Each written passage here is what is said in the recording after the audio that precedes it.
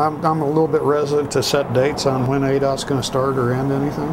Regarding the stoplight at Airport Road, that stoplight construction is due to start within the next week, and the funding is in place.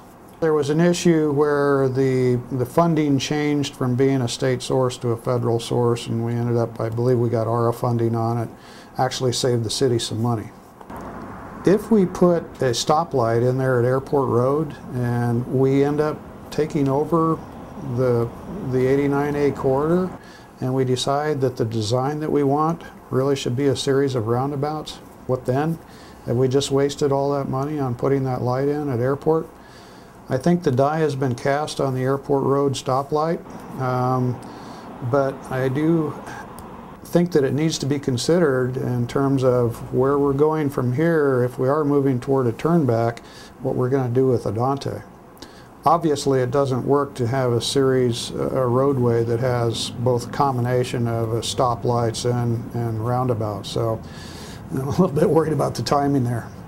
Really, it seems from a logical standpoint of planning that we go to the public, go through the community plan or the planning, the redevelopment of 89A, decide what we as a community want there, and then we move forward.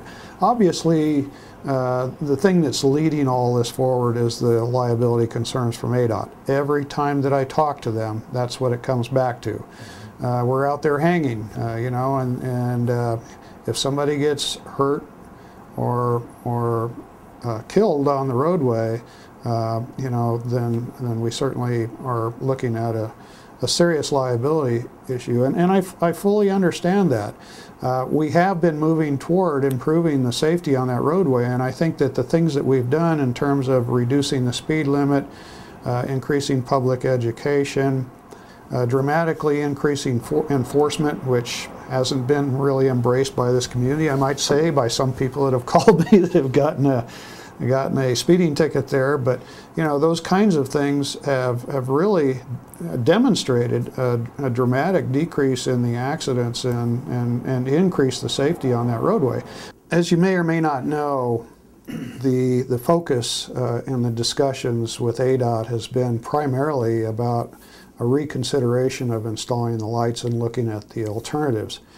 It's clear at this point, after discussions with the governor, with discussions with Director Helikowski, with the chairman of the ADOT board, Bob Montoya, and other members of the board, that ADOT fully intends on installing the lights along the corridor. That being said, the only option for the city, if the real desire of the people of the city is not to install the lights, is to look at a turnback of the roadway and the city taking ownership. Well, you know, it's been a very long, difficult, contentious, arduous process to, you know, to this point. And, you know, we really haven't accomplished what the end goal was when we began this process, and that is to really create a roadway that addresses the pedestrian safety issues both day and night, and does it with the best solutions possible. And the feeling has always been that lights aren't the best overall solution. Obviously, it doesn't address the daytime safety issue. It also doesn't address the issue of creating a corridor or a boulevard that really fits into, you know, the environment in which we live. So unfortunately, we've come to this point where the choice is either lights or taking the roadway back, and both of them are, in my mind, unpalatable. You know, my preference is to work with ADOT. They retain control of the roadway, and we install alternatives to the lights. But that's not where this has gone, and we don't have the support of the governor. We don't have the support of the director of ADOT. We don't have the support of the board. And if you don't have those three, or at least a couple of them, you know, I think that it's pretty clear that we're going to have to make that choice.